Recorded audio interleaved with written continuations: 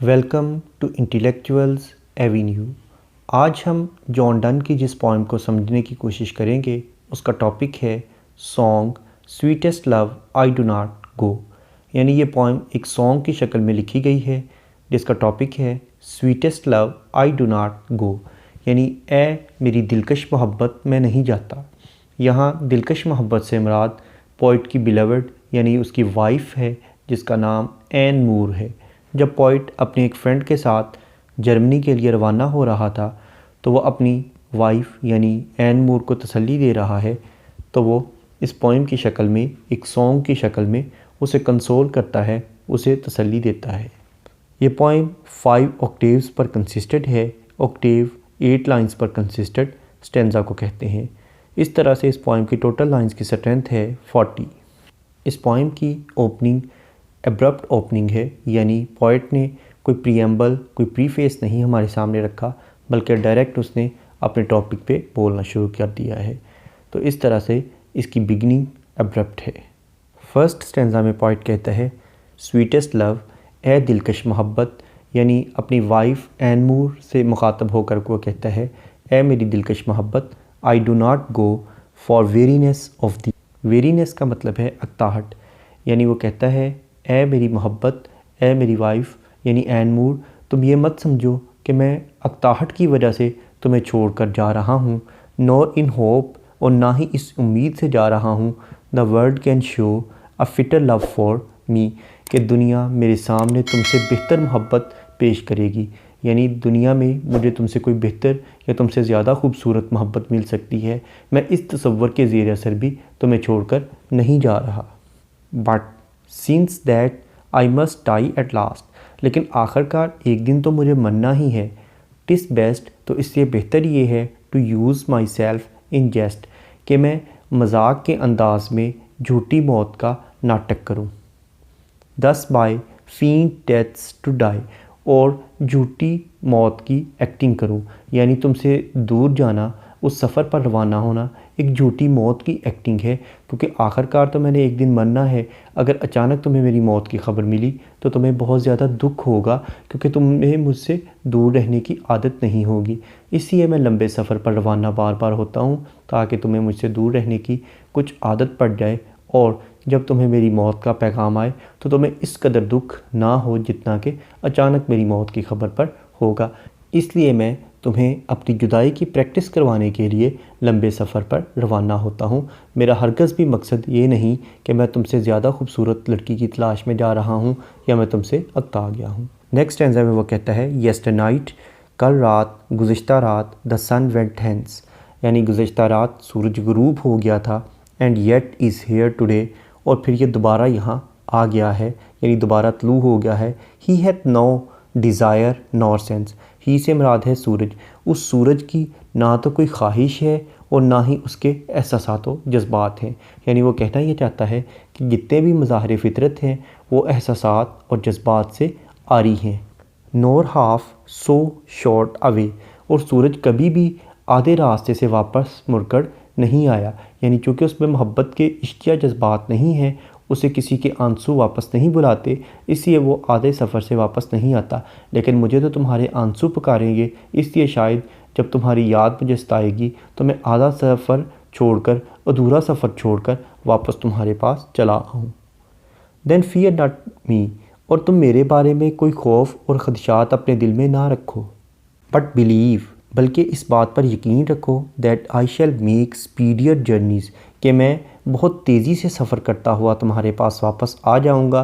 Since, चूँकि I take more wings, क्योंकि मेरे पास पर भी हैं, एंड स्पर्स, और महमीज़ें हैं, दैन ही, उसकी बजाय। ही से मुराद यहाँ सूरज है। सूरज की बजाय मेरे पास तो पर भी हैं और महमीज़ भी है, यानी पोइट्स विंग्स और स्पर्स से मुराद है। ये दोनों मेटाफर्स हैं जो कि पोइट ने अपनी वाइफ एन मूर की मोहब्बत के तौर पे यूज़ किए हैं, कि वो कहता है कि तुम्हारी मोहब्बत की मिसाल उन परों और महमीज़ जैसी है जो कि मुझे बहुत तेज़ सफ़र करने पर मजबूर करेंगे, और शायद मैं आधा सफ़र छोड़कर वापस तुम्हारे पास बहुत जल्द आ जाऊँ। नेक्स्ट वो कहता है O how feeble is man's power, इंसान की ताकत कितनी कमज़ोर और नहीफ है।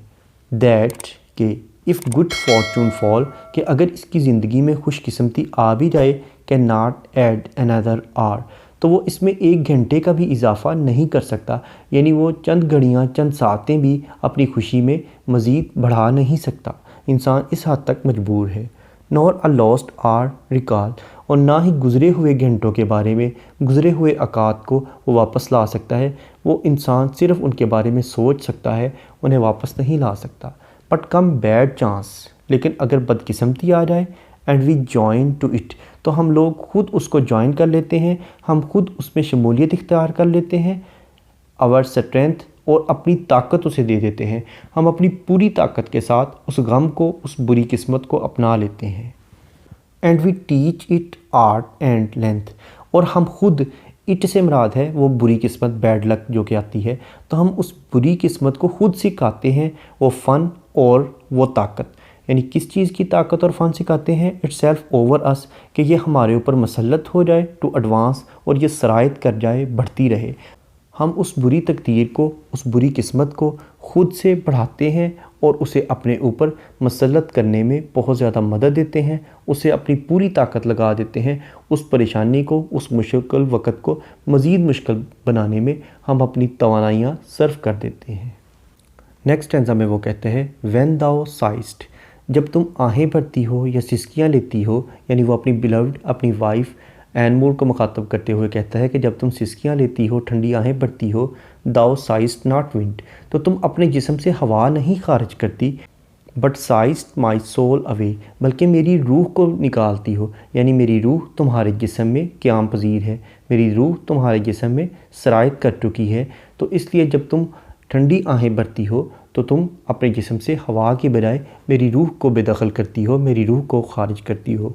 वैन दाओ वीपेस्ट, और जब तुम रोती हो, अनकाइंडली काइंड, यानी गैर हमदर्दाना तरीके से, हमदर्दी के साथ जब तुम रोती हो, माई लाइफ्स ब्लड डथ डिके, माई लाइफ्स ब्लड, मेरी ज़िंदगी का खून, यानी वो खून जिससे मेरी ज़िंदगी की लहर रवां दवां है, उस ज़िंदगी की लहर को रवां दवां रखने वाला खून, डथ डिके, वो गल सड़ जाता है, वो रुक जाता है, यानी मेरी ज़िंदगी की लहर वहीं की वहीं थम जाती है जब तुम रोती हो। इट कैन नॉट बी, ऐसा नहीं मुमकिन, ऐसा नहीं हो सकता, दैट दाउ लवस्ट मी, कि एक तरफ तो तुम मुझसे मोहब्बत करो, एज दाउ सेस्ट, जैसा कि तुम कहती हो, जैसा कि तुम दावा करती हो कि तुम मुझसे मोहब्बत करती हो। इफ़ इन दाइन माई लाइफ, अगर तुम्हारे अंदर मेरी ज़िंदगी मौजूद है, अगर तुम्हारे जिस्म में मेरा दिल धड़कता है, अगर तुम्हारे अंदर मेरी रूह है, तो ऐसा नहीं मुमकिन कि एक तरफ तो तुम मुझसे मोहब्बत भी करो और मोहब्बत के दावे भी करो, दाव वेस्ट, और दूसरी तरफ तुम मेरी ज़िंदगी को तबाह करो, रो कर, आहें भर के और सिसकियाँ लेकर दूसरी तरफ तुम मेरी ज़िंदगी को तबाह कर रही हो। That are the best of me, मेरा जो बेहतरीन ठिकाना है, मेरी बेहतरीन सुकूनत जो है वो तुम्हारा जिस्म है, यानी मेरी सोचें, मेरी रूह, मेरा दिलो दिमाग तुम्हारे जिस्म में ही क़याम पज़ीर है। लेकिन अगर तुम रो कर, सिसकियाँ भर के और ठंडी आहें भर के और उदासी के मूड में रहकर अपने जिस्म को ख़राब करती हो, तो अपने जिस्म को नहीं बल्कि मेरी ज़िंदगी को ख़राब कर रही हो, क्योंकि मेरी ज़िंदगी तो तुम्हारी वजह से ही क़याम पज़ीर है। नेक्स्ट स्टैंज़ा में वो कहते हैं, let not thy diving heart, diving यानी डूबता हुआ, फॉर थिंक यानी सोचना, मी मेरे बारे में, एनी इल मेरे बारे में, अपने डूबते हुए दिल में कोई खदशात पैदा होने मत दो, यानी मेरे बारे में अपने दिल में कोई बुरे ख्यालात मत जन्म लेने दो। यानी बुरे ख्यालात से मुराद है कि सफ़र में कहीं मेरा एक्सीडेंट ना हो जाए, कोई हादसा वगैरह रूनमा ना हो जाए, ऐसे ख्यालात से अपने दिल को पाक रखो और महफूज रखो। डेस्टिनी यानी तकदीर, मे टेक दाई पार्ट, अगर तुम्हारी सोचों के ज़ेर असर लॉ ऑफ अट्रैक्शन एक्टिव हो गया और जैसा तुमने सोचना शुरू कर दिया अगर वैसा ही हो गया और तकदीर ने भी अपना खेल खेल दिया, यानी जो तुम हादसात और बुरे ख्यालात मेरे बारे में सोचती हो, अगर तकदीर ने भी कुछ ऐसा खेल खेल दिया कि वो खदशात सच साबित हो गए, and may thy fears fulfil, और तुम्हारे खौफ और खदशात पूरे हो गए, बट थिंक दैट वी, यानी तुम उन बुरे खौफ और ख़दशात से दूर रखो अपने दिल को और ये सोचो कि we are but turn aside to sleep, कि हम एक ही बिस्तर पर सोए हुए हैं लेकिन हमने करवटें बदली हुई हैं। तुम्हारा चेहरा मेरी तरफ नहीं और मेरा चेहरा तुम्हारी तरफ नहीं, हम दोनों के फेसेस ऑपोजिट डायरेक्शन में हैं और हम एक ही बिस्तर पर लेटे हुए हैं। They who one another keep alive, वो लोग जो एक दूसरे को ज़िंदा रखते हैं, वो लोग जो एक दूसरे को अपने दिल में जगह देकर उनकी यादों के ज़रिए एक दूसरे को अपने दिलों में जगह देते हैं। नेवर पार्टेड भी, वो कभी जुदा नहीं हो सकते, उन्हें कोई भी सफ़र कोई भी दूरी एक दूसरे से जुदा नहीं कर सकती, क्योंकि उन्होंने एक दूसरे को अपने दिलों में जगह दी होती है और अपने दिलों में एक दूसरे को रखा होता है। इसलिए वो कभी भी सफ़र, हज़र या किसी भी तकलीफ़ या परेशानी की वजह से, जुदाई की वजह से एक दूसरे से जुदा नहीं हो सकते। यानी उनके जिस्म अगर जुदा हो भी जाए तो उनकी रूहें यकजा रहती हैं, एक दूसरे के साथ ही रहती हैं, क्योंकि उन्होंने एक दूसरे को अपने दिल में ज़िंदा रखा होता है, अपने दिल में जगह दी होती है। इस पोएम का इंट्रोडक्शन, ग्लॉसरी, ट्रांसलेशन और एक्सप्लेनेशन को देखने के बाद अब हम आते हैं इस पोएम में यूज़ होने वाली फिगर्स ऑफ स्पीच या लिटरेरी डिवाइसेस की जानिब। सबसे पहले हम देखते हैं एलिट्रेशन। एलिट्रेशन का मतलब है बिगनिंग ऑफ टू और more than two words in the same line with the same letter और साउंड, यानी एक ही लाइन में दो या दो से ज़्यादा अल्फाज का एक ही हरफ या एक ही आवाज़ से शुरू होना। जैसा कि लाइन नंबर 4 में फिटर और फॉर दोनों एफ लेटर से स्टार्ट हो रहे हैं। उसके बाद लाइन नंबर 8 में डेथ्स, डाई, लाइन नंबर 11 में ही, हैथ, लाइन नंबर 11 में again no, nor, line number 14 में बट, बिलीव, लाइन नंबर 15 में स्पीडियर, सिंस, लाइन नंबर 18 में फॉर्चून, फॉल, लाइन नंबर 21 में बट, बैड, लाइन नंबर 26 में साइस्ट, सोल, लाइन नंबर 28 में doth, decay, line number 30 में that, दाओ, line number 36 में fears, fulfil. Next है कॉन्सोनेंट्स। कॉन्सोनेंट्स का मतलब है use of consonant letter in the neighbouring words.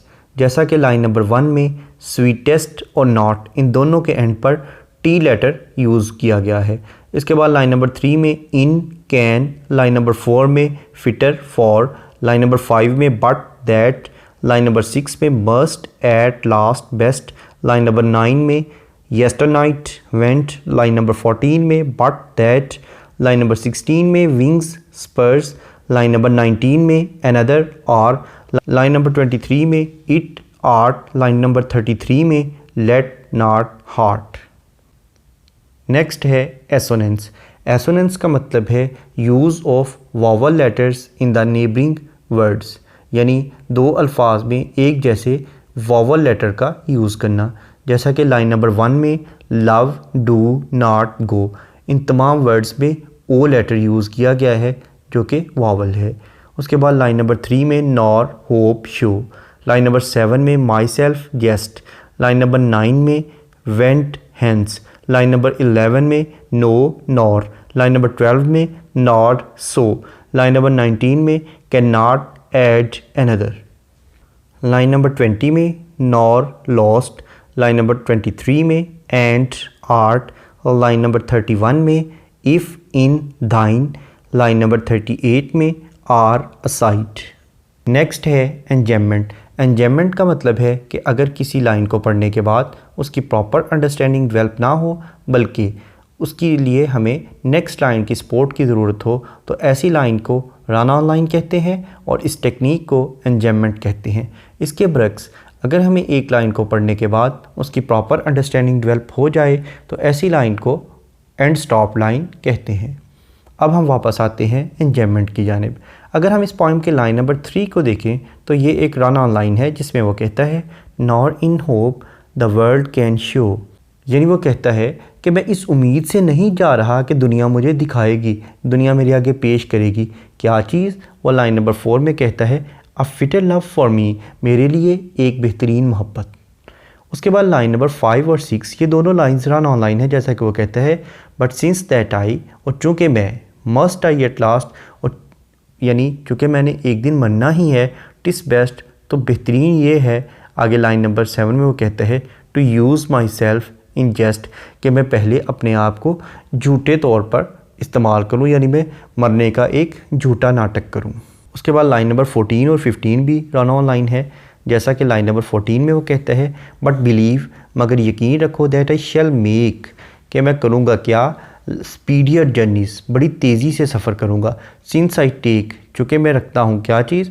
और लाइन नंबर 16 में कहता है मोर विंग्स एंड स्पर्स दैन ही, यानी सूरज से ज़्यादा मेरे पास पर और महमीज़ हैं। उसके बाद लाइन नंबर 37, ये भी एक रन ऑन लाइन है, जैसा कि इसमें वो कहता है बट थिंक दैट वी, बल्कि सोचो कि हम हैं, क्या है। और लाइन नंबर 38 में कहता है are but turned aside to sleep, यानी ये सोचो कि हमने सिर्फ करवटें बदली हुई हैं, हम एक ही बिस्तर पर इकट्ठे लेटे हुए हैं। नेक्स्ट है एपोस्ट्रॉफी। एपोस्ट्रॉफी का मतलब है कि अगर पोइट किसी को डायरेक्ट एड्रेस करे तो उसे एपोस्ट्रॉफी कहते हैं। जैसा कि लाइन नंबर 1 में ही वो अपनी बीवी यानी एन मूर को एड्रेस करते हुए कहता है स्वीटेस्ट लव, ए प्यारी, आई डू नॉट गो, मैं नहीं जा रहा। नेक्स्ट है मेटाफर। मेटाफर का मतलब है कि किसी क्वालिटी की बेस पर किसी चीज़ को उससे बेटर या वर्स चीज़ डिक्लेयर कर देना। जैसा कि लाइन नंबर 1 में वो कहता है sweetest love I do not go, यानी वो अपनी बीवी को कह रहा है स्वीटेस्ट लव, यानी ए उम्दा तरीन, ए दिलकश मोहब्बत। अब लव से मुराद उसकी वाइफ है यानी एन मूर है, तो ये एक मेटाफर है। उसके बाद वो लाइन नंबर 16 में कहता है मोर विंग्स एंड स्पर्स दैन ही, यानी मेरे पास सूरज से ज़्यादा ताकतवर पर हैं और स्पर्स यानी महमीज़ें हैं, यानी वो अपनी वाइफ की जो मोहब्बत है, उसका जो प्यार है एन मूर का उसके लिए, उसे वो विंग्स और स्पर्स कह रहा है, तो ये भी एक मेटाफर है। नेक्स्ट है एनाफोरा। एनाफोरा का मतलब है बिगनिंग ऑफ 2 और more then 2 lines with the same word, यानी 2 या 2 से ज़्यादा लाइनों का एक ही लफ्ज़ से शुरू होना। जैसा कि इस पोइम की लाइन नंबर 22 और 23 दोनों लाइंस एंड वी से स्टार्ट हो रही हैं। नेक्स्ट है ऑक्सीमोरॉन। ऑक्सीमोरॉन का मतलब है कि ऐसे 2 वर्ड्स का यूज़ जिनमें अपेरेंटली तो बहुत ज़्यादा डिफरेंस नज़र आए, कोई सिमिलैरिटी ना नज़र आए, लेकिन अगर उसकी डेप्थ में जाएं तो उसमें कोई सिमिलैरिटी ज़रूर मौजूद हो। जैसा कि लाइन नंबर 27 में वो कह रहा है when thou weepest unkindly kind, यानी अनकाइंडली काइंड जो है ये ऑक्सीमोरॉन है। नेक्स्ट है हाइपरबोल। हाइपरबोल का मतलब है किसी चीज़ को अप्रिशिएट करने के लिए बहुत ज़्यादा एग्जैजरेट करना, यानी किसी चीज़ की तारीफ़ करने के लिए बहुत ज़्यादा मबालगा आराई से काम लेना। तो इस पोएम में भी पोइट ने बहुत ज़्यादा एग्जैजरेशन से काम लिया है, हाइपरबोल का बहुत ज़्यादा यूज़ किया है। जैसा कि उसने स्टैंजा नंबर 4 में कहा है कि जब तुम आहें भरती हो तो तुम मेरे जिस्म से मेरी रूह को निकाल कर बाहर फेंक देती हो, इससे मेरा खून मुजबित हो जाता है। और उसके बाद वो कहता है कि जब तुम रोती हो तो तुम मेरी ज़िंदगी को तबाह करती हो, क्योंकि मैं तुम्हारे अंदर मौजूद हूँ, मेरी रूह तुम्हारे अंदर मौजूद है। तो जब तुम रोती हो तो तुम अपने जिस्म को ख़राब नहीं करती, बल्कि साथ साथ अपने जिस्म के अंदर मौजूद मेरी रूह को भी नुकसान पहुँचाती हो। उसके बाद अगर हम इस पोएम के थीम्स को देखें तो इसमें hardships of separation in love का जिक्र किया गया है कि जब 2 आशिक एक दूसरे से जुदा होते हैं तो उनकी क्या फीलिंग्स होती हैं, उनके क्या सेंटिमेंट्स होते हैं, उनके जज्बात और एहसासात का पोएट ने यहाँ जिक्र किया है। अगर हम इस पोएम की राइम स्कीम को देखें तो इस पोएम की राइम स्कीम है A B C D C, यानी फर्स्ट और थर्ड लाइंस आपस में राइम्ड हैं, सेकंड और फोर्थ लाइंस आपस में राइम्ड हैं, फिफ्थ और एट्थ लाइंस आपस में राइम्ड हैं, सिक्स्थ और सेवन्थ लाइंस आपस में राइम्ड हैं। जैसा कि फर्स्ट स्टैंजा में फर्स्ट लाइन का लास्ट वर्ड है गो और थर्ड लाइन का लास्ट वर्ड है शो, गो शो। इसी तरह सेकंड लाइन का लास्ट वर्ड है दी और फोर्थ लाइन का लास्ट वर्ड है मी, धी मी। इसी तरह से फिफ्थ लाइन का लास्ट वर्ड है आई और एट्थ लाइन का लास्ट वर्ड है die, I die. Sixth line का लास्ट वर्ड है बेस्ट और सेवन्थ लाइन का लास्ट वर्ड है jest, best jest. Second stanza में hence, sense, today, way, me, he, make, take. Next power, hour, fall, recall, chance, advance, strength, length. Wind, kind, away, decay, be, me, say'st, waste. Next heart, part, ill, fulfil, we, be, sleep, keep. इस poem को John Donne ही की poems a valediction forbidding mourning और दूसरी poem a valediction of weeping के साथ भी compare किया जा सकता है। इन दोनों पोइम्स का भी सेम थीम है। इन दोनों पोइम्स को डिटेल में समझने के लिए इसी चैनल पर जॉन डन की प्लेलिस्ट को विज़िट करें और इन दोनों पोइम्स के लिंक नीचे डिस्क्रिप्शन बॉक्स में भी मौजूद हैं। Thank you for attending this lecture.